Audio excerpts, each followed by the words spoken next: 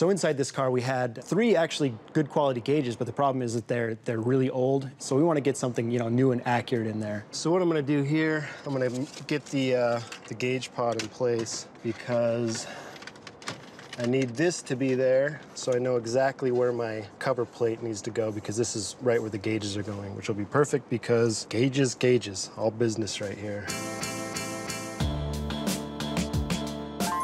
Hey, one last white pencil.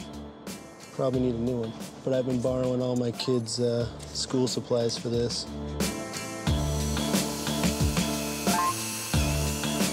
Whoa! That's why you put these things in a vise, kids. No harm, no foul. Luckily, it's only plastic.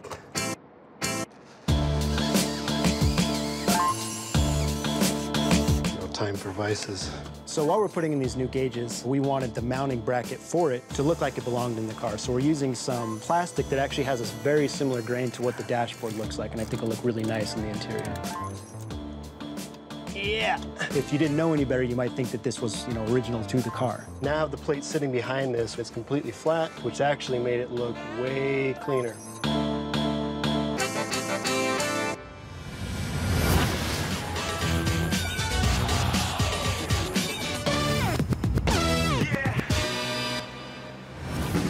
One kind of really cool thing about this cluster is it has a really super rare optional tachometer that you could only get through what they would call Nissan Sports Corner back in the day. This was something that was offered during the 70s as an optional upgrade. Really, really rare part, and it's just one of those, little pieces that really make this particular car unique.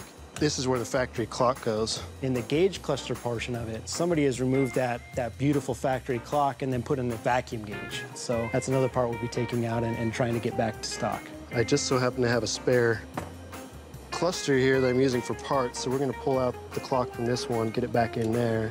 The clock is an important part of this build, partially because we want to have it be original inside the car. Fine-looking cluster, man. Wow, looks good. And now he gets to enjoy I still love that tag. The tick, tick, tick, tick. Constantly.